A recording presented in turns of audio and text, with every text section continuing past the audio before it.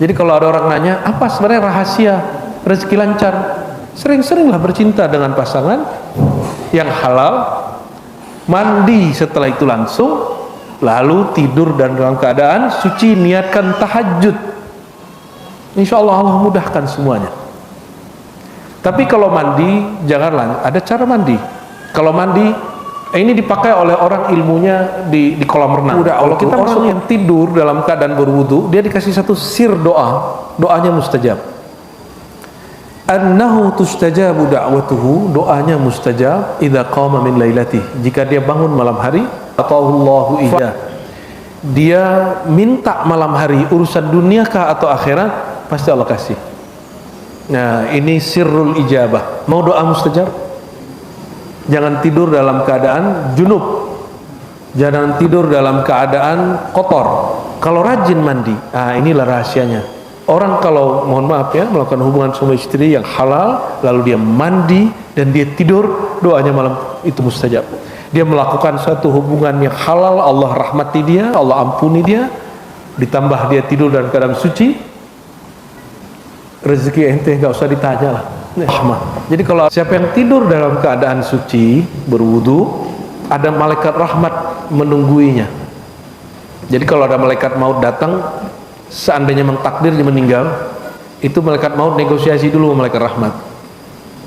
Kamu jangan coba-coba ambil dia dengan cara yang jahat, bukan jahat ya, dengan kasar. Ambil dengan cara yang lembut. Itulah kematian paling indah. Orang meninggal tapi rasanya seperti tidur.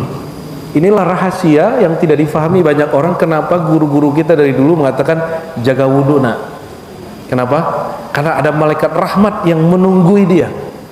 Jika tidur ditunggui, apalagi orang yang melek, apalagi antum mau ngaji begini. Siapa yang tidur malam hari dalam keadaan suci?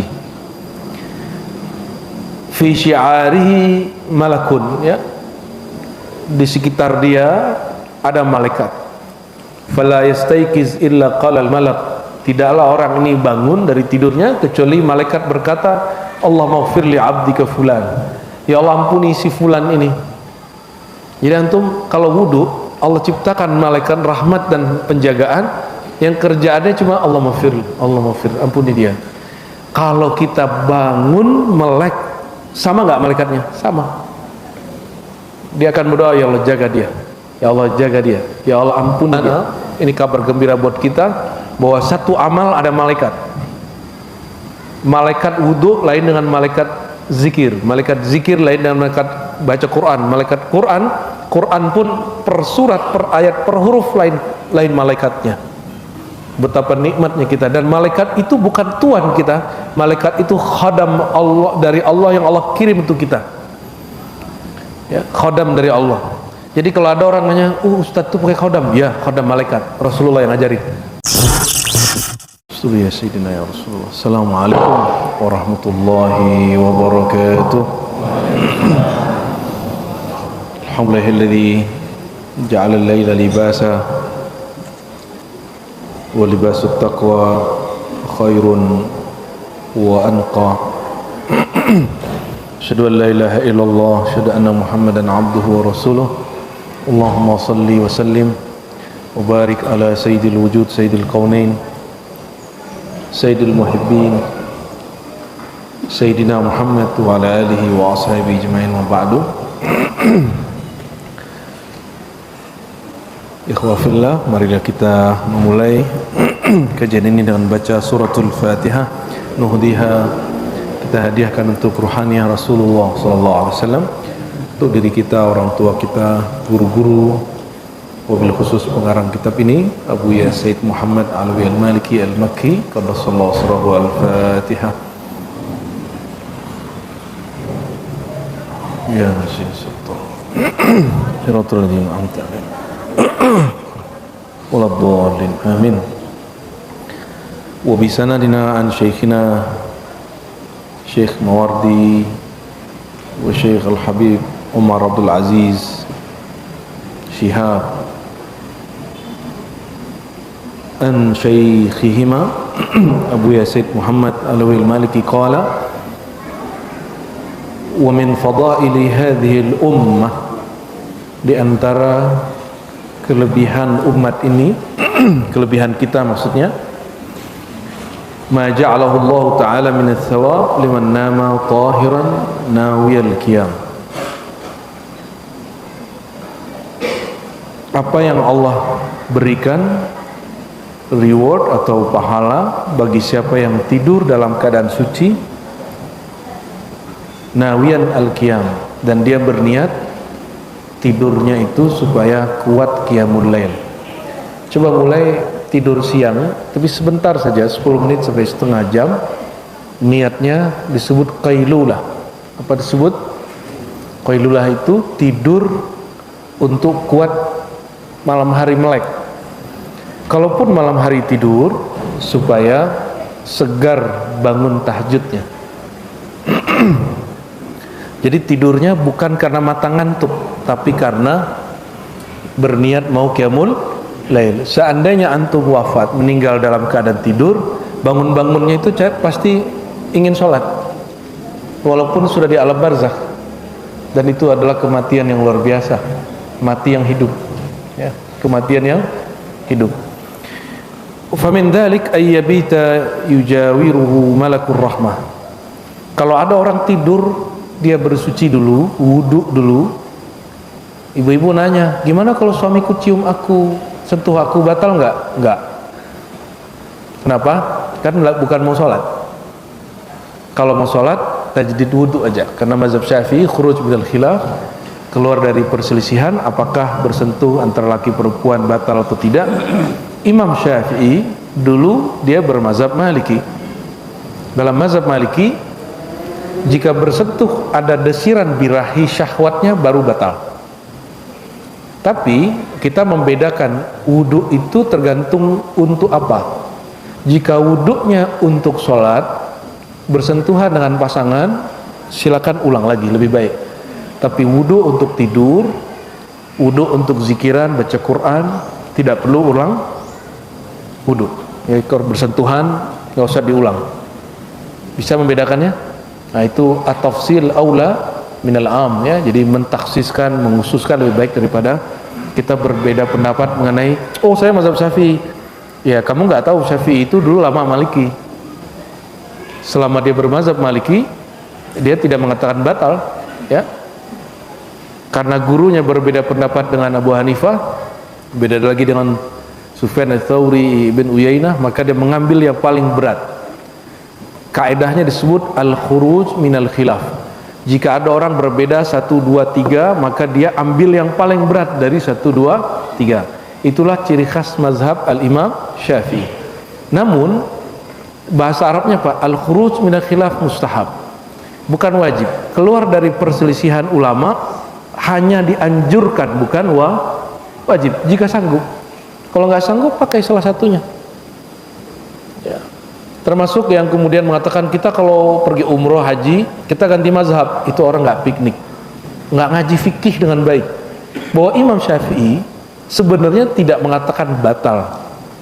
Itu ada dalam babul hajj, kitabul hajj, di kitab al-umnya dia pernah menyinggung itu sedikit ya, dan dalam syarah-syarah dari murid-muridnya lebih banyak. Jadi antum kalau bawa istri atau bersentuhan waktu tawaf tidak usah ulang wudhu ya, kita sudah nggak kepikiran lagi dengan syahwat ya. Maka di Quran disebutkan surat Maidah ayat 6, aula mastumun nisa. Lamastum dari bahasa Arab lamasa yulamisu, saling menyentuh, berarti di situ ada syahwat, birahi ya. Imam Syafi'i mengatakan awal birahi itu dari sentuhan, betul nggak? Dan sentuhan yang paling membuat syahwat muncul, sentuhan dari wilayah sensitif, bibir, telapak tangan ya. Itu sebabnya kalau kita belum terlalu kenal sama orang, saya kalau belum kenal ya, kalau murid-murid ya masih jamaah umum, kita pakai ya, alas ya, kita usahakan pakai alas tangan. Ayyabita yujawiruhu malakur rahmah. Siapa yang tidur dalam keadaan suci, berwudu, ada malaikat rahmat menungguinya. Jadi kalau ada malaikat maut datang, seandainya memang takdirnya meninggal, itu malaikat maut negosiasi dulu sama malaikat rahmat.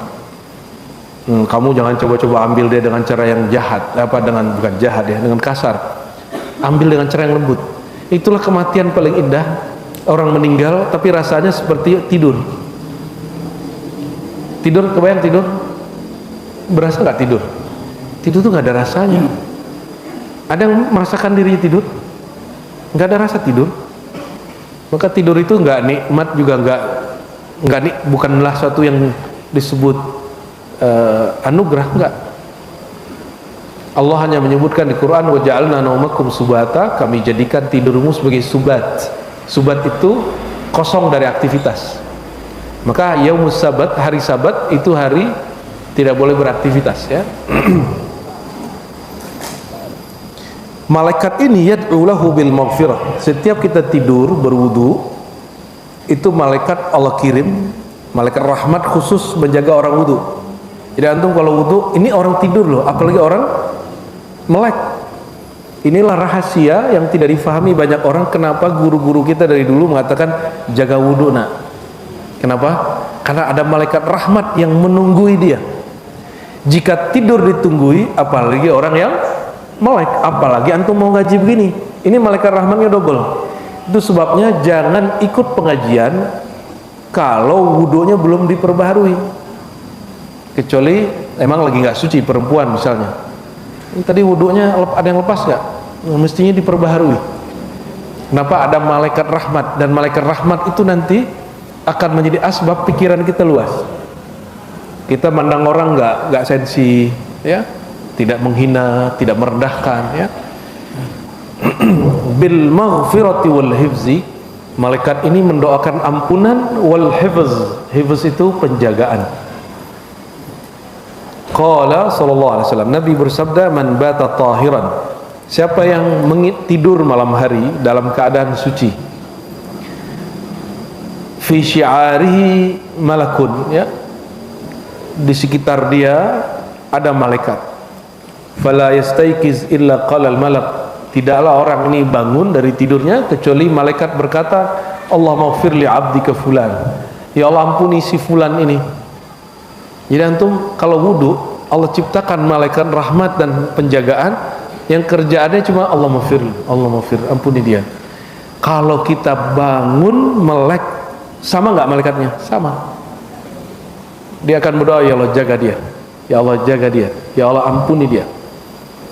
Fa innahu bata tahiran. Nah, kalau dia tidur dalam keadaan suci, maka fabil aula, maka lebih utama lagi jika dalam keadaan melek jaga. Dalam riwayat Ibnu Abbas, anna Rasulullah sallallahu alaihi wasallam qala tahhiru hadhil ajsad. Kalau tadi riwayat Ibnu Hibban, ya, Sahih Ibnu Hibban, beliau berkata di hadis yang sekarang riwayat Tabarani dengan sanad yang kuat, tahhiru hadhil ajsad, bersihkanlah tubuh ini. Tahharakumullah, Allah akan membersihkan batinmu. Fa innahu laysa min 'abdin yabitu tahira illa bata ma'ahu fi syi'arihi malakun. Tidak ada orang tidur dalam keadaan suci kecuali Allah kirim malaikat penjaga. La yanqalib sa'atan minal lail, tidaklah dia kemudian, ya, bangun satu saat saja malam hari itu kecuali malaikat mengatakan, Allah maghfir li 'abdika fa innahu bata tahira, ya Allah ampunilah dia karena dia tidur dalam keadaan berwudu. Nah, ini busyra lana, ini kabar gembira buat kita bahwa satu amal ada malaikat. Malaikat wudu lain dengan malaikat zikir, malaikat zikir lain dengan malaikat baca Quran, malaikat Quran pun per surat, per ayat, per huruf lain malaikatnya. Betapa nikmatnya kita. Dan malaikat itu bukan tuan kita, malaikat itu khadam Allah, dari Allah yang Allah kirim untuk kita, ya, khadam dari Allah. Jadi kalau ada orang nanya, Ustaz tuh pakai khadam, ya khadam malaikat, Rasulullah yang ngajarin, ya, takut. Khadam itu dua, ada khadam langit, ada khadam bumi, atau khadam nur, khadam zulumat.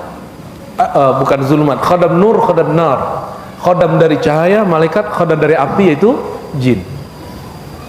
Jangankan kami, sekelas Imam Salafi Ibnu Taimiyah membolehkan punya tentara jin.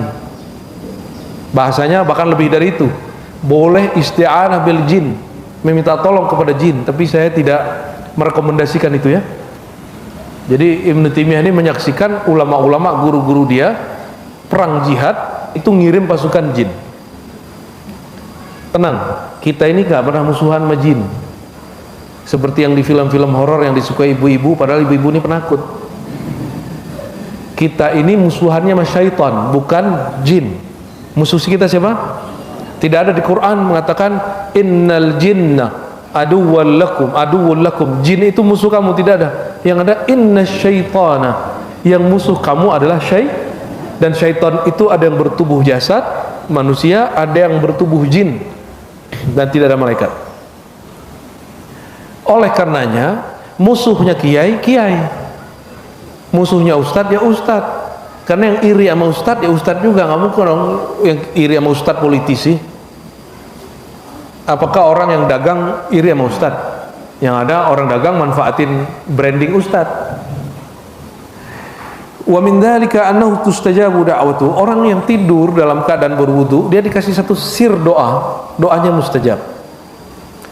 Annahu tustajabu da'watuhu, doanya mustajab idza qama min lailati, jika dia bangun malam hari. Fa'an Mu'adz ibn Jabal radhiyallahu ta'ala anhu anin Nabi sallallahu alaihi wasallam. Ya. Dari Sayyidina Mu'adz, orang yang disebut Nabi a'rafun nas bil halal wal haram, Mu'adz, sahabatku yang paling mengerti hukum halal haram, Mu'adz. Sayyidina Mu'adz mengatakan bahwa Nabi sallallahu alaihi wasallam bersabda, syukran ya, ma min muslimin, tiada seorang muslim. Ini muslim semua? Udah pasti masuk masjid toh, sholat, syahadat dan segala macamnya.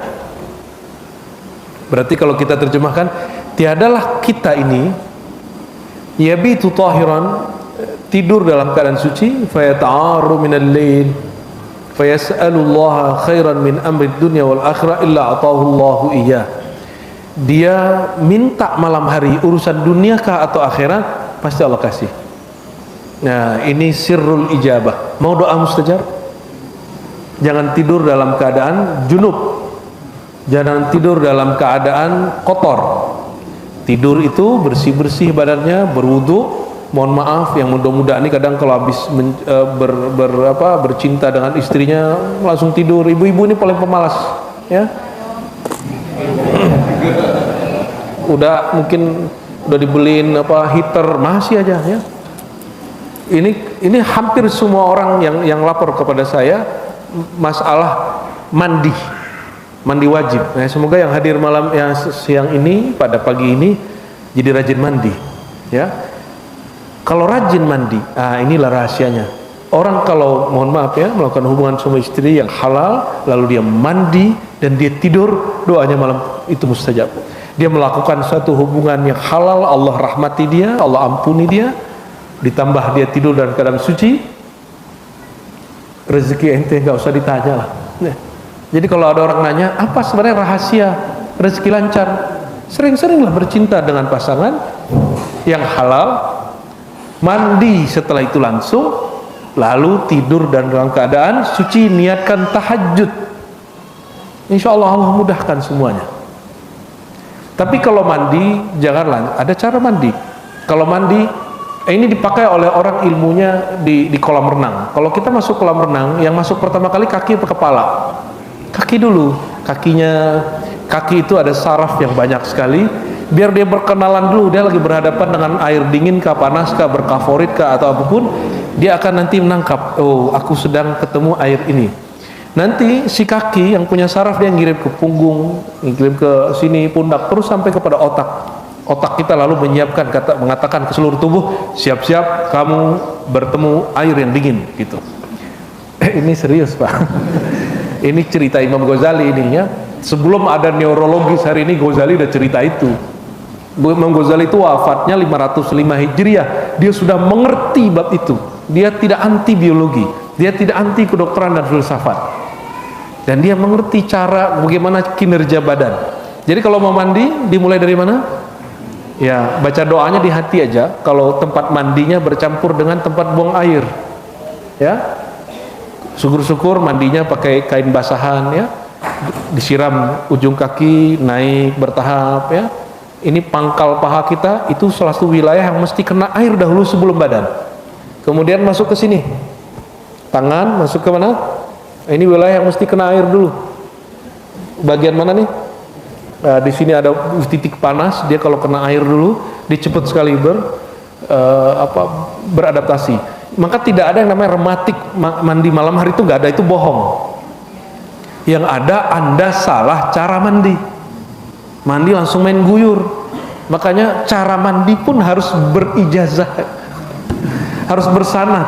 Dimulai dari kaki, bertahap kanan, ya masuk, baru bagian sini juga, ini bagian panas, betul nggak?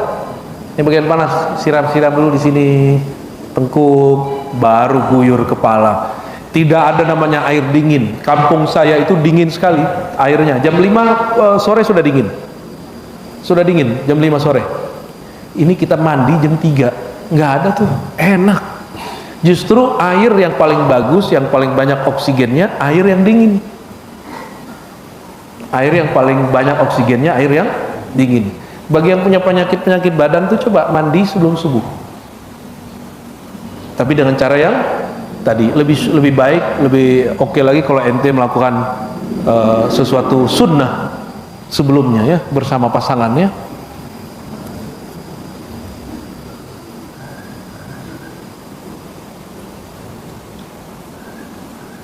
Wa fi riwayatin, dalam satu riwayat Abu Umamah mengatakan, sami'tu Rasulullah sallallahu alaihi wasallam yaqul, aku mendengar baginda bersabda, man awa ila firashihi, siapa yang hendak naik ke ranjangnya dalam keadaan tahiran yazkurullah, dalam keadaan suci, dia mengingat Allah, hatta yudrikahun nu'as, dia sebut nama Allah sampai datang tidur. Lam yanqalib sa'atan minal lail yas'alullah khairan min khairid dunya wal akhirah illa atahu Allah iya. Tidaklah dia bangun malam hari walaupun sesaat lalu berdoa urusan dunia ataupun akhirat kecuali Allah kasih. Jadi ma'rifat doa mustajab pun gak mesti wiridan banyak. Emang Allah itu kalau ente gak wiridan gak denger. Kita wiridan, kita wiridan atau tidak, Allah denger gak? Yang masalah itu yakinnya kita yang kurang. Doa itu yang penting yakin, bukan banyak. Dukun itu saking yakinnya, padahal wiridannya nggak ada, atau walaupun wiridannya wiridan kegelapan, tapi dia yakin, dia baca kun selesai, kalah kiai. Banyak kiai kalah, banyak. Maka kiai kadang-kadang lebih penakut daripada dukun ya. Nah, inilah rahasia yang saya terima dari banyak guru saya tentang bagaimana cara hidup bahagia, hidup sukses itu dimulai dari kasur. Bukan, jangan jorok ente. Kasur itu maksudnya tidur dalam keadaan suci. Ada satu riwayat, saya nggak tahu di sini disebut atau tidak. Hadisnya Hasan, man bata tahiran, siapa yang tertidur dalam keadaan suci, ruhnya Allah mi'rajkan dan tawaf di arasnya. Nah, itu kesuciannya sudah level tingkat tinggi itu. Tapi kita nggak ingat. Kenapa kita nggak ingat? Nah, ini rahasianya. Mimpi yang kita ingat itu hanyalah mimpi yang saat kita ngalami kita bangun, itu yang kita ingat. Jadi kenapa antum kalau mimpi nggak ingat? Sebenarnya setiap orang tidur itu mimpi. Namun mimpinya udah selesai, dia tidur nyenyak, dia bangun, dia lupa. Nah, itulah gunanya. Nah, ini kaifiatnya. Bersuci sembari mata ini mau melek-melek merem gitu ya. Kolbunya zikrullah. Kolbunya zikrullah, sebut nama Allah. Ada zikir yang tidak dibaca lisan lagi, dibaca kolbu. Nah, itu yang mesti diambil talqin kepada guru mursyid. Bukan zikir baca lisan lagi. Karena menjelang tidur itu mirip-mirip sakarat orang mati, tapi ini sakarat mabuk, orang mau tidur, yang kita sebut ngantuk. Ngantuk itu kayak orang sakarat loh. Orang kalau betul-betul capek, dia antara jaga dan tidur itu kayak kadang kayak ngeliat sesuatu kelibet, bener nggak? Pernah ngalami begitu? Ya, saya sering karena tidur saya jarang. Jadi kalau mau tidur itu kadang-kadang macam-macam yang kelihatan ya. Kadang ngeliat ente juga ada. Nggak penting juga kadang tuh. Kadang ngelihat yang nggak perlu, akhirnya saya ingat, aku belum wudu, ulang lagi wudu. Nah, itu rahasianya jika berwudu sebelum tidur ya.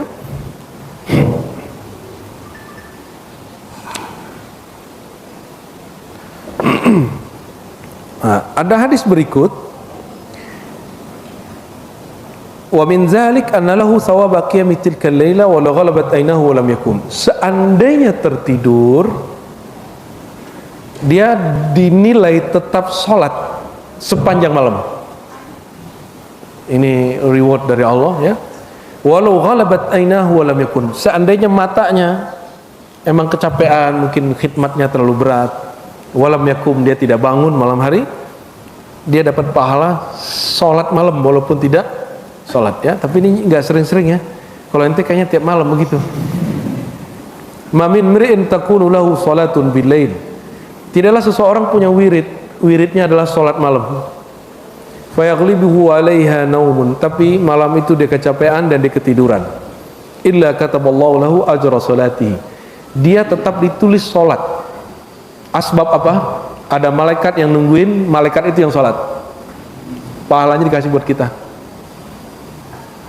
Wa kana naumuhu 'alaihi shadaqah. Tidurnya dijadikan Allah sebagai sedekah untuk badan. Ini rahasia. Tidur itu ternyata sedekah untuk badan. Kenapa? Tubuh ini bukan punya kita, tubuh ini dipinjamkan Allah, dan Allah punya amanah, ini jaga tubuh. Ente jangan merasa ini tubuh milik kita, enggak. Suatu saat bakal ditinggal enggak? Udah berapa miliar sih orang meninggal di dunia ini, kok masih kurang sadar bahwa tubuh ini bukan milik kita, dia pasti ditinggalkan, maka disebut meninggal.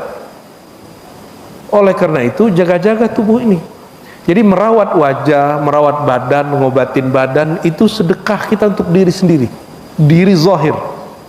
Ya, kalau anak-anak muda nih main PS, main game, jangan lupa minum, makan, ya, dan jangan main terus. Main itu kan mata, tangan, otak. Tubuh ini punya kebutuhan lain. Kawan kita dulu ada waktu kuliah, awal-awal PS keluar tuh, PS1 tuh berapa itu ya? Bukan PS ya. Namanya apa, game apa dulu tuh ya? Nintendo ya. Besok mau skripsi, karena dia tahu santai aja, kan 2 hari lagi mau skripsi, 2 hari 2 malam main game, lupa minum. Besok lusanya waktu mau ujian, tepar, jatuh, opname, ternyata usus buntu. Dia tidak bersedekah ke badannya ya. Jadi yang suka main sepedaan, yang suka jogging, olahraga, jangan siksa badan. Itu sebabnya saya mohon maaf, saya tidak sepakat dengan orang yang membolehkan minum suplemen untuk bikin badan berotot. Itu suplemen bukan hormonnya, bukan hormon laki-laki. Itu hormon yang ada di ibu-ibu itu. Ya, itu yang bikin badan laki-laki kemudian gelambir-gelambir tinggal dibentuk kan. Kalau hormonnya hormon perempuan, nanti lama-lama jadi Allahumma sholli ala Muhammad. Kita bergaul aja dengan orang kemayu, kita ikut kemayu Pak ya. Saya tidak menyalahkan teman-teman kalau ada emang karena dia besarnya bersama perempuan jadi agak sedikit halus, nggak apa-apa. Tapi jantan mah jantan aja ya. Tetap sukanya dengan lawan jenis. Tetap ada ketegasan batin sebagai seorang laki-laki. Wa fi riwayatin kana naumuhu shadaqatan alaihi min rabbi. Tidur itu adalah sedekah Allah untuk kita, maka jangan sombong, terimalah sedekahnya Allah. Antumul fuqara'u ilallah. Kalian itu orang fakir, Allah kasih sedekah namanya tidur. Wa ja'alna naumakum subata ya. Kerja jangan tiap hari lembur ya. Nggak bakal kaya. Kerja itu yang penting golden time-nya, waktu emasnya yang dicari. Saya belajar bahasa Arab itu juga saya cari time emas. Saya nggak belajar, nggak seperti mohon maaf pesantren hari ini yang memaksakan santrinya hari bahasa Arab, akhirnya anak kita kena gundul terus. Hari bahasa Inggris gitu. Seharusnya kalau mereka sudah tahu metode mendidik, cukup dibuat English hour, Arabic hour gitu ya. Jam bahasa Inggris, jam bahasa Arab. Karena otak kita ini suka bosen. Kan lucu, akhirnya muncullah bahasa-bahasa ala santri, ngomongnya bahasa Inggris, tapi orang Inggris nggak paham. Bahasanya bahasa Arab, tapi orang Arab Saudi bilang, ish hada, ish kulta, ayu lugatin hada, katanya. Ini bahasa apa ini? Bahasa planet dari mana ini? Ngomongnya na'am, tapi nggak jelas. Ya, anak adiribu, anak aja alu hala, apalah nggak jelas tuh. Itu akibat karena pemaksaan otak. Otak itu nggak usah dipaksa, otak itu cukup dilatih, dia akan mengalami loncatan kemampuan. Jadi itu yang disebut ya neurologis otak itu ya. Nah, teman-teman ahli otak ternyata berutang banyak ke Ibnu Sina. Ibnu Sina menemukan teori itu dahulu. Walaupun diklaim oleh orang-orang sekarang ya. Kita ini, jadi otak tuh kayak apa ya? Dia kalau hari ini bisa baca 1 halaman, besok kalau baca lagi meningkat jadi 5. Besok baca lagi bisa jadi 10. Itu otak. Jadi nggak ada namanya otak aneh udah tua, itu bohong. Tua itu mah badan doang, kulit keriput. Tapi kalau otak ini dilatih, pasti dia aktif lagi. Otak itu bisa melakukan peremajaan diri. Disitulah gunanya tidur sejenak. Lalu kenapa imam-imam kita kurang tidur? Tapi mereka otaknya lebih cerdas daripada orang yang kayak ente ini banyak tidur.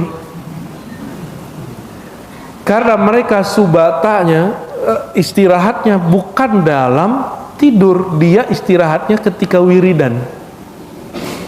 Ini yang saya sering bacakan di luar sana, ala bidzikrillah tatmainnul qulub. Allah mengatakan dengan zikir kolbu menjadi tentram, jantung menjadi rileks.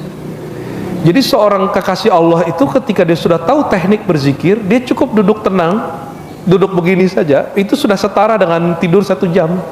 Dia napas agak dalam dikit, menyebut nama Allah, itu rasanya sudah sama.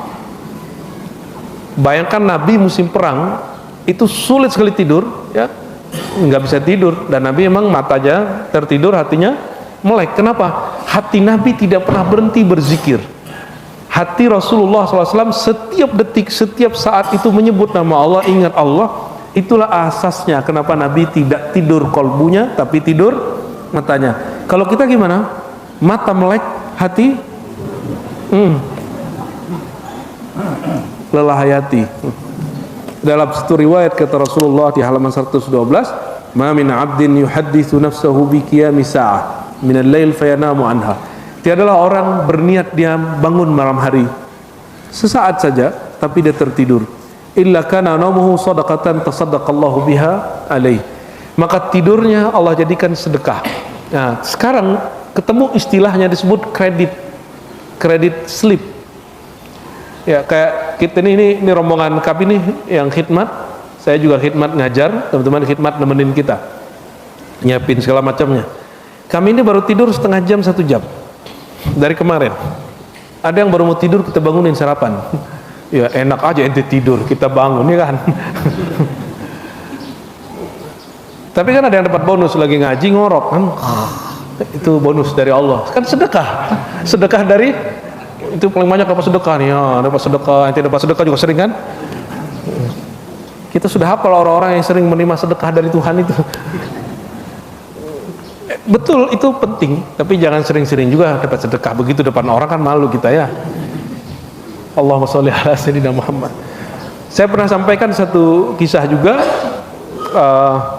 Imam Syazili, kami pernah ziarah 2023 ya. Imam Syazili wafatnya di Humaitsara. Dia berdoa, ya Allah, wafatkan aku di negeri yang tidak pernah ada maksiat sebelumnya. Karena Mesir itu negeri penuh maksiat dari zaman Fir'aun, bahkan sebelum Fir'aun dia cari tempat yang Fir'aun gak pernah sentuh. Namanya Humaitsara.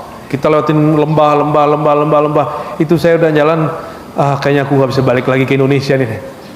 Emang perjalanan itu ternyata perjalanan beliau dari Alexandria ke Mekah, tapi melalui Humaitsara. Di situ dia meninggal. Ternyata dia dulu pernah ngomong ke muridnya di wilayah-wilayah itu. Apa kata dia kepada muridnya? Wahai Ananda, wahai santriku, aku mau punya wirid dulu, tolong jangan diganggu. Tahu-tahu beliau ambil bantar terus miring ke kanan, tidur, ngorok. Laki-laki ibu biasa ngorok ya.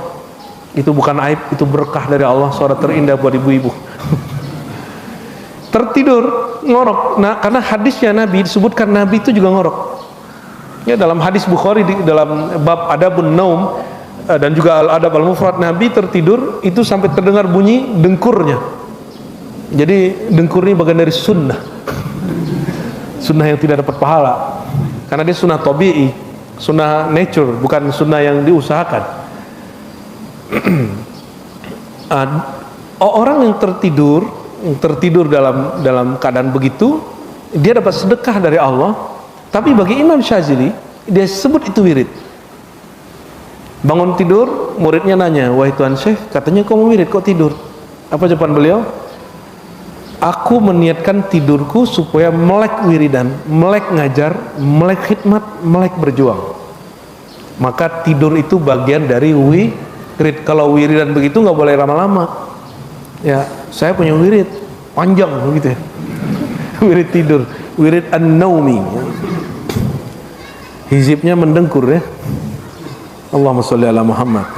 Ini rahasia bapak-bapak kalau lagi Jumatan. Wa kataba lahu ajra ma nawa, ya. Allah catatlah apa yang dia niatkan, ya. Allahumma sholli ala sayyidina Muhammad. Kita pindah dari bab malam ke bab salat rawatib, ya. Salat sunat yang lain yaitu 12 rakaat yang ada menyempurnakan salat-salat kita yang ada.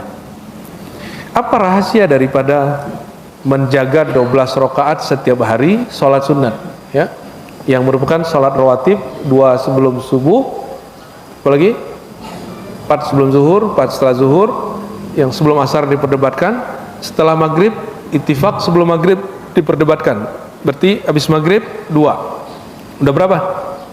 2 subuh, 2 sebelum subuh, 8 qabla dan ba'da zuhur, jadi 10 ba'da maghrib 12, ya. Sebelum isya diperdebatkan, setelah isya ini ulama banyak yang mengatakan oke, gitu ya.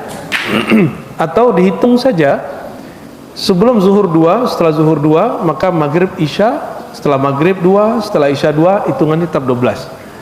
Jadi ada rahasia pada angka 12, yaitu rahasia rokaat. Jadi kalau tubuh ini bergerak, diajak dia ruku sujud sampai 12 rakaat setiap hari, ada sesuatu mekanisme langit yang terjadi pada diri kita. Apa kata beliau di sini? Wa min syarafil ummah al-Muhammadiyah. Di antara keulamaan umat Nabi Muhammad, ma ja'alahu Allah Ta'ala minal fadli wa thawab ala fi'lin nawafil. Allah jadikan rahasia besar dalam melakukan amal-amal yang nawafil. Nawafil itu amalan tambahan. Kita sering nyebutnya amal sunnat, tapi itu istilah awam. Istilah hadisnya nawafil. Apa istilahnya? Kalau istilah awam sunnat, yang dikerjakan berpahala, nggak dikerjakan nggak apa-apa, itu fikih. Kalau dalam ilmu tasawuf, nawafil itu yang dikerjakan mengundang cinta Allah, yang tidak dikerjakan Allah tidak murka. Itu bahasanya. Beda tipis. Nafilah bahasa umumnya apa? Mustahab atau sunnat. Yang dikerjakan tak apa dapat pahala, ditinggalkan tidak berdosa. Bahasa tasawufnya apa? Dikerjakan mengundang cinta Allah, ditinggalkan tidak membuat Allah murka. Bisa membedakan? Antum pilih, dicintai Allah atau enggak? Ya, kalau pakai pendekatan ulama sufi, kita akan lebih tergerak untuk mengamalkannya. Ya, wal hikmah fi syar'iyyatin nawafil. Ada hikmah dalam mengamalkan nawafil itu. Pertama, takmilul faraid, menyempurnakan amal fardu biha, dengan amal nawafil itu, in arada fiha naqsun. Kenapa? Pasti amal wajib yang kita kerjakan itu ada kurangnya. Kama sabata fil hadis, seperti disebutkan dalam hadis Sunan Abi Daud dan selainnya, wal qartadu nafsuhu bi taqdimin nafilah wa yatanashshat biha wa yatafarraq qalbuhu akmal faraghi lil fariidah wa li hadha yustahabbu an yaftah salat al-lail bi rak'atain khafifatain. Salat sunat sebelum salat wajib, kalau dalam bahasa psikologi hari ini disebut praconditioning. Sebutannya apa? Maka dianjurkan sebelum sholat qiyamul lail yang biasa kita kerjakan, ada namanya sholat 2 rakaat ringan, kuliah kulhu. Itu gunanya untuk menyelaraskan badan, mengkondisikan badan biar siap sholatnya banyak.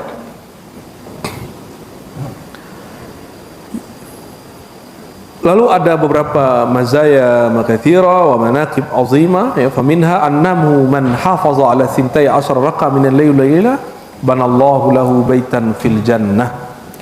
Jika enggak sempat salat sunat sebelum subuh, sebelum zuhur, setelah zuhur dan salat-salat yang lainnya, kumpulkan di malam hari, jadikan dia 11 atau 12 rakaat, itu juga bisa. Ya. Apa kata Nabi? Siapa yang menjaga 12 rakaat setiap hari, setiap malam, banallahu lahu baitan fil jannah. Allah bangunkan bagi dia villa di surga. Pengen punya villa enggak?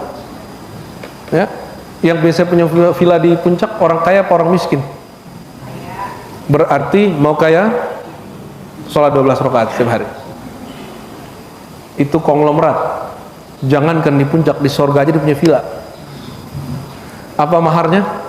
12 rakaat setiap hari, ya. Oleh karena itu Sayyidina Muhammad SAW ketika ketinggalan salat sunat sebelum subuh, beliau mengqadanya ba'da subuh langsung. Dan itu sabitun fis sahihaini, ada dalam kitab Sahih Bukhari dan Muslim. Ini jarang disampaikan tapi mesti kita sampaikan, bahwa yang tidak diperkenankan salat antara subuh dan terbit matahari itu salat rawatib. Tidak ada salat rawatib. Tapi kalau mengqadha boleh. Nabi yaqdi salatahu an-nafilah fabil aula an naqdiya salatal faridah. Nabi mengqadha salat sunatnya, apalagi salat wajib. Ya, jangan seperti yang dikatakan temanku satu ini. Jadi dia tertidur subuh jam 7. Ah, udah lewat, sudahlah. Besok masih ada subuh lagi. Dia punya utang kepada Allah, terus dia nggak bayar. Itu kan sama kayak ente mau bayar hari Senin nggak bisa bayar, kan udah nggak bisa bayar hari Senin, berarti sudah begitu nggak? Besok nggak bayar lagi, begitu? Itu orang cerdas apa bodoh? Ya, banyaklah orang-orang yang bodoh itu hari ini. Jangankan amal wajib, ya amal sunatnya nggak diqadha. Kebalik ya, jangankan amal sunatnya, amal wajib aja nggak diqadha. Nah, kita diribat menyarankan semua orang yang sudah belajar zikir wirid asas yang pagi sore 100 itu kalau ketinggalan pagi qadha duha. Ketinggalan duha qadha lagi di jalan kah, lagi di mana kah? Karena sekali meninggalkan amal rutin dia akan bolong sampai nanti. Ya, ingin punya wirid kalau ketinggalan qadha. Itulah Nabi SAW ketinggalan sholatnya Nabi qadha bahkan di waktu makruh. Jadi boleh sholat di waktu makruh, boleh kalau itu qadhaan, ya, mengqadha. Hadis ini hadis yang diriwayatkan oleh Imam Muslim, ya. Ada versi lain dari Ummu Habibah Ramlah binti Abi Sufyan, saudara dari Muawiyah radhiyallahu taala anhuma. Dia mengatakan sami'tu Rasulullah sallallahu alaihi wasallam yaqul, aku mendengar Nabi sallallahu alaihi wasallam bersabda, ma min abdin muslimin, tidak ada seorang hamba yang muslim yusalli lillah, dia salat karena Allah, bukan karena rezekinya lancar, bukan karena penjagaan diri, tapi hanya karena Allah. Fi kulli yawmin 12 raka'atan tatawwu'an ghaira faridah, 12 rakaat yang bukan wajib, illa banallahu lahu baitan fil jannah, melainkan Allah bangunkan dia istana, villa di surga. Au illa bunya lahu baitun fil jannah, riwayatnya hampir sama. Apa aja itu? 4 rakaat sebelum zuhur, 2 rakaat setelahnya, 2 rakaat setelah maghrib, rakaatain ba'da isya, 2 rakaat setelah isya, dan 2 rakaat sebelum subuh. Dalam hadis Sayyidah Aisyah diriwayatkan oleh Nasa'i dengan sanad yang hasan disebutkan, man sabara ala sintai rakaat, yang mewiridkan 12 rakaat setiap hari, fil yawm wa lailah dakhala al jannah, pasti masuk surga. Kenapa? Dia punya rumah di surga. Kalau kita mau pulang kampung, nggak ada rumah di kampung, berani pulang nggak? Mau nginep di mana? Malunya bukan main. Tuh, orang punya rumah di satu tempat, pasti dia ke tempat itu. Kalau kita punya villa di surga, pasti kita bakal ke sana. Sudah nyicil belum? Sudah nyicil? 12 satu hari 12, satu villa, satu istana sudah. Besok berarti ente yang sudah 12 rakaatnya bertahun-tahun berapa itu? Kalau matinya husnul khotimah. Wa min dzalik. Nah, sekarang diurai. Tadi 12 itu adalah villa istana di surga. Sekarang diurai mulai dari salat subuh. Halaman 114 paragraf kedua. Wa min dzalik anna rak'atayil fajr khairun minad dunya wa ma fiha. Bahwasannya 2 rakaat sebelum salat subuh lebih baik dari dunia dan seisinya. Sebutkan nih orang paling kaya di dunia hari ini, siapa? Di Indonesia deh. Siapa orang kaya di Indonesia, Pak? Siapa, Pak? Jisam. Kayaknya iya ya. Kalau yang itu naga-naga gitu ya. Sekarang 9 naga lawan 9 haji. Ada aja tuh orang ya. Kita daripada 9 naga mending 9 haji. Tapi tunggu dulu, 9 naga ini juga ada yang baik 1-2 orang ya. Ada yang muridnya Pak Menak itu, 9 naga itu. Ya. Kadang-kadang orang lokal lebih ganas daripada orang bernasab kepada selain pribumi kadang ya. Kita berdoa, siapapun orang-orang kaya di muka bumi ini, terutama Nusantara ini, dia cinta negeri kita. Ya, jangan hanya eksploitasi bumi, tapi pelit. Saya suka kalau ada orang eksploitasi bumi tapi dia kemudian banyak bersedekah ke orang sekitar, bahkan ke seluruh negerinya. 2 rakaat dunia lebih baik dari semua harta 9 naga dan 9 haji. Serius, Pak. 2 rakaat, makanya Nabi ketinggalan, beliau qada. Yang tadi subuh dapat dengan 2 rakaat? Dapat. Alhamdulillah, jadi orang kaya hari ini ya. Saya nggak sempat, kenapa? Ngejar mau ke Puri Cinere. Habis subuh nggak sempat juga untuk muqadha. Kenapa? Langsung ngajar. Tapi tenang, 1 bab ilmu lebih afdal dari 1000 rakaat. Ente mau lawan aneh. Aduh, alhamdulillah. Dari Sayyidah Aisyah radhiyallahu taala anha, anin Nabi sallallahu alaihi wasallam qala rak'atal fajri khairun minad dunya wa ma fiha. Sama ya.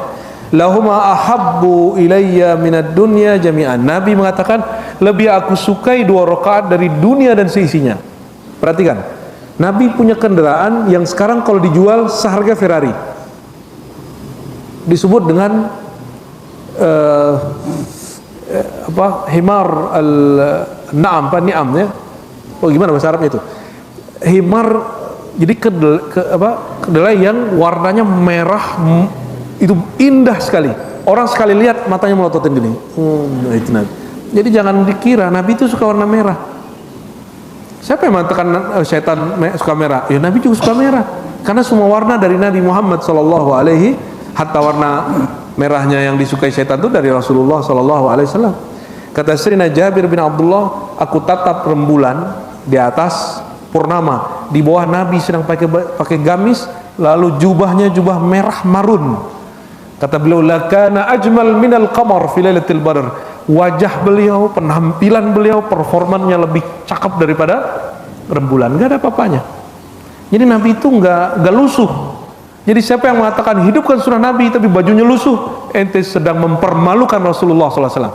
Ya, maka teman-teman kita jemaah tabligh pun kita kasih tahu bajunya yang bagus. Khurut tapi baju yang bagus. Jangan lusuh. Teman-teman tarekat sufi, salafi, ente baju yang bagus. Tuh sarungnya lumayan mahal kayaknya tuh ya. Ya, kenapa gus-gus di Jawa itu kemana-mana pede pakai sarung, Pak? Sarung dia seharga motor ente, motor bekas. Ya, serius. Sarung-sarung mereka itu tenun manual. Yang 2 bulan 3 bulan baru jadi, mereka pakai. Ada yang batik ya. Kita baru melek, Pak.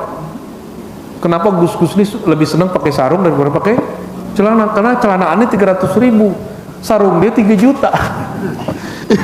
Jadi 10 celana kita baru dapat 1. Jadi kalau kita bilang, sarungan di bandara, dia nggak tahu itu harga sarung berapa ya. Tapi kalau orang sholat 2 rakaat lebih afdal dari seluruh sarung yang dipakai semua gus-gus itu. 2 rakaat saja sholat subuh, sebelum subuh ya. Coba berazam mulai siang ini, pagi ini, saya berniat untuk menunaikan sholat nafilah, sholat sunnah, sholat tatawwu, mengundang cinta dari Allah. Kalau ini kan hanya motivasi. Ini hanya motivasi ya. Kalau 2 rakaat lebih utama dari dunia dan seisinya, berarti dunia ini sebenarnya apa sih? Gak ada apa-apanya, ya, gak ada apa-apanya dunia ini. Itulah sebabnya satu zikir lebih afdal dari dunia dan seisinya, 2 rakaat apalagi. Qauluhu khairu minad dunya ay min mata'iha wa zuhratiha li'anna thawabaha baqin wal ittija' sunnatun ba'dal fajr, ya. Liqauli idza shalla ahadukum raqatil fajr falyataji' ala yaminihi. Bahkan kalau ngikutin sunnah aslinya, habis sholat sunat kita rebah-rebahan dikit ngadap ke kanan. Nah, saya bisa ngerjain itu kalau lagi suluk aja. Lagi suluk kita bisa ngerjain gitu. Orang masuk fajar azan, kita nggak seperti, mohon maaf ini masjid-masjid kok mau diatur oleh apa nih? Kita nggak boleh diatur sama ini Pak. Kita yang ngatur dia, ya. Jangan 10 menit, 15 menit dong. Siapa yang buru-buru di masjid? Kalau mukmin masuk masjid seperti ikan masuk ke air, dia nggak buru-buru keluar. Kecuali ente munafik masuk masjid gelisah aja, ya. Ada yang lucu, jamaah interupsi ke ustadz lagi ngajar, jadi maghrib ke isya masuk azan, ustadznya hajar aja terus, dia lagi nguji jamaahnya. Ada jamaah nggak mengerti mana yang fardu, mana yang sunnah, mana yang sunat, mana yang mustahab. Mendengarkan satu bab ilmu itu wajib. Walaupun ustadznya gak semazhab, semanhaj sama kita. Ini karena dia celananya agak di atas sedikit, ya. Ustadznya pakai sarung, ustadznya lanjut ngaji pas azan, diinterupsi, ustadz itu nunjuknya ke sini. Ternyata dia sholatnya pakai ngikut, padahal di zaman Nabi nggak ada ini. Sholat ngikutin dan dibatasi oleh jam-jam ini bagian dari bid'ah muhadatsah, ya. Bid'ah juga ini. Ini boleh dipakai hanya sekedar mengetahui waktu masuk, bukan membatasi antara azan dan iqamat. Jadi menurut saya, hemat saya, mohon maaf kepada seluruh pengurus masjid. Jadi net apa namanya itu? Alarm pembatas antara azan dan iqamat itu bid'ah matrudah sayyi'ah. Itu bid'ah tertolak. Ya, nanti kalau kita bikin surau kita nggak bikin itu. Ya, bid'ah. Cukup buat sekedar info. Tidak usah kemudian membatasi. Siapa yang punya masjid, kasih tahu, ya. Di masa Nabi tanya aja kalau orang protes, ada nggak ini sama Nabi? Nggak ada. Nabi sholat isya itu orang udah tertidur baru Nabi mengatakan Bilal azan. Kalau udah tertidur jam berapa itu? Bapak tidur jam berapa biasanya? 9.10. 9.10. Kalau aneh jam 3 Pak. Kita tidur rata-rata normalnya 9 dan 10. Kira-kira Nabi isya'an jam segitu. Sanggup nggak bikin masjid begitu? Nanti kita bikin masjid begitu, insya. Maka kami lagi bikin masjid surau di Buaran. Nanti kita akan hidupkan sunnah-sunnah Nabi dari hal yang kecil-kecil. Ente kan kira sunnah Nabi itu cukup sorban, imamah, pakai gamis. Dikira pakai begini nggak sunnah. Nabi ada hadis pakai apa ini namanya? Kancing. Itu ada hadisnya, maka saya pakai baju ada kancingnya, saya niatkan ikut Nabi. Pakai sarung, ada hadisnya, cuma Nabi nggak pakai batik emang. Tapi Nabi seandainya tahu ada batik dari Jawa, pasti Nabi pakai. Kenapa? Kata dalam hadis Syama'il, Nabi kalau pakai baju nggak ada polos-polos. Nabi pakai pakaian itu pasti ada dari atas ke bawahnya itu beberapa motif. Jadi baju polos tuh bid'ah itu Pak. Tapi bid'ah yang mubah, ya, bid'ah yang boleh, bukan bid'ah yang sayyi'ah tadi, ya. Karena itu udah jadi bikin fitnah di masjid, bikin orang bertengkar jamaah dengan mu'allim yang sedang mengajar, ya. Nauzubillah summa nauzubillah. Terakhir kita bacakan satu hadis lagi. Ada orang datang kepada Nabi, ya. Ini akibatnya kalau nggak bawa kacamata. Di Ibnu Umar dikatakan bahwa seseorang datang kepada Rasulullah, dullani ala amalin yanfa'uni Allahu bihi. Wahai baginda, ajarkan aku satu amalan yanfa'uni Allah, yang Allah memberi aku benefit banyak, manfaat banyak. Apa jawaban Nabi? Alaika bi raq'atayil fajr fa inna fiha fadilah. Hendaklah kamu lakukan sholat fajar 2 rakaat, di dalamnya banyak rahasia-rahasia keutamaan. Dan saya sudah banyak jumpa orang yang sukses, yang berislam, ya. Salah satunya adalah sholat 2 rakaat fajar. baik sukses jadi guru, sukses jadi profesor, sukses jadi konglomerat, mereka bangunnya lebih awal. Ilustrasi sederhananya gini, jika ada orang bangun jam 6 sama bangun jam 5, mana yang lebih besar kemungkinan suksesnya? Jam 5. Subuh masuk pukul 4 misalnya, orang ini sudah bangun setengah 4, kira-kira persiapan suksesnya lebih banyak mana? Nah, itulah rahasianya kalau kita dapat sholat 2 rakaat fajar, ya. Dan betul orang ini kemudian hidupnya jadi disiplin, dan itu tidak pernah ada di zaman sebelum Nabi Muhammad SAW. Orang Arab Mekah, orang Arab Madinah bangunnya Masya Allah. Sampai hari ini balik lagi. Orang Arab itu hari ini kalau malam keluar Pak, masuk mall, ngopi, makan-makan di rumah makan sampai jam 1, jam 2, habis itu pulang tidur, subuh lewat. Itulah sebabnya sampai hari ini jangankan di Mekah, Al-Quds kenapa tidak bangkit-bangkit? Ente kalau jalan sebelum subuh itu orang-orang tidur aja. Yang sholat subuh di sana orang Afrika, orang jemaat tabligh, ya, kita orang Indonesia. Ini yang dikatakan oleh rahib Yahudi, kami baru takut kepada orang Islam kalau subuhnya kayak Jumat. Itu kasusnya di sana, bukan untuk anak geng-geng motor yang kemudian jadi touring Islami. Mari kita takutkan Yahudi dengan subuh rame-rame. Enggak ngaruh. Itu asbabul wurudnya, ya. Konteks pembicaraannya adalah di Al-Quds. Akhirnya teman-teman ini yang baru hijrah ini salah faham. Dia sholat subuh rame-rame bukan untuk mencari perhatian Allah, tapi untuk menggetarkan Yahudi. Ente lebih percaya Yahudi sama Rasulullah. Rasulullah kasih tahu 2 rakaat sebelum fajar, sebelum subuh itu afdal, lebih utama dari dunia, isinya nggak dikerjain. Gira rahib Yahudi nyebarnya di YouTube lagi, nyebarnya di WA lagi, dijadiin subuh apa? Pemburu subuh. Saya geli sama orang yang termotivasi untuk itu. Siapa yang punya gerakan subuh, luruskan niatnya, hidupkan sunnah Nabi.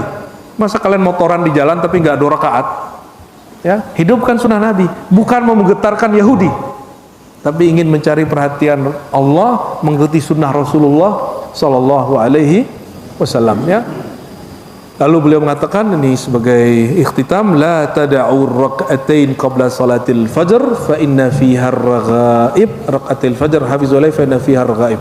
Jangan tinggalkan salat 2 rakaat sebelum fajar karena di dalamnya ada raghaib. Raghaib hal-hal yang indah, yang bagus, hal-hal yang disebut kebahagiaan. Dan coba rasakan sendiri, salat 2 rakaat sebelum subuh hari itu lebih bahagia dari hari yang lain.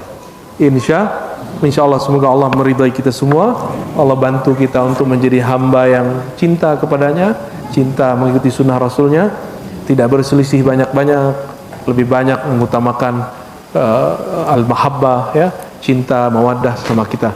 Ila jami'il muslimin, kita kirimkan Fatihah ke semua umat Islam, wabil khusus yang berniat bantu satu negeri yang sampai hari ini masih diperdebatkan, itu diperebutkan. Kita doakan semoga urusan mereka selesai, yang ditangkap-tangkap itu keluar lagi, ya, amin. Ala hadhihi wa likulliyatin salihah. Al-Fatihah.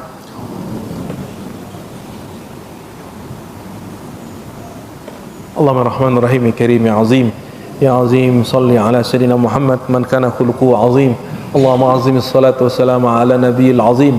Allahumma ya Allah yang maha agung, yang maha besar, mohon lipat gandakan, besarkan juga salawat salam kami kepada Sayyidina Muhammad yang mana akhlaknya juga agung dan besar. Allahumma ya Allah ya Sami' ya Basir, ya man yanzur ila qulubina. Wahai Allah yang maha memandang, yang maha melihat, yang maha mendengar, yang maha menatap isi kolbu kami. Ij'al fi qulubina ma'rifatak. Ya Allah, jadikan kolbu kami menjadi tempat kami mengenal Engkau. Ya Allah, jadikan kolbu kami menjadi awal dari kami berniat melakukan segala satu kebaikan. Allahumma ya Allah, jika Engkau melihat pada kolbu kami ada noda hitam, ya Allah, mohon dibersihkan. Jika Engkau melihat ada nur, mohon diperbesarkan, ditambah. Allahumma ya Allah, tahhir qulubana amma siwak. Ya Allah, mohon bersihkan hati kami dari bayang-bayang selain Engkau. Jadikan qulubana baitan min buyutik. Jadikan kolbu kami adalah rumah-rumahmu, tempat mengingat Engkau di dalamnya.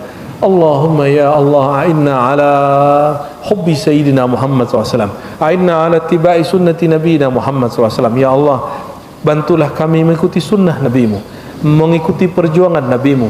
Dan ya Allah, berikan kami kemampuan untuk meredam perselisihan-perselisihan, menghapus dendam, kesumat, dan mengislah di antara umat-umat Nabi Muhammad sallallahu alaihi wasallam. Rabbana atina fid dunya hasanah wa fil akhirati hasanah wa qina adzabannar. Ya Allah, berikan kami kebahagiaan di dunia dengan mengenal Engkau, bahagia di akhirat dengan berjumpa denganmu. Amin ya rabbal alamin. Sallallahu alaihi wasallam. Muhammad. Al-Fatihah.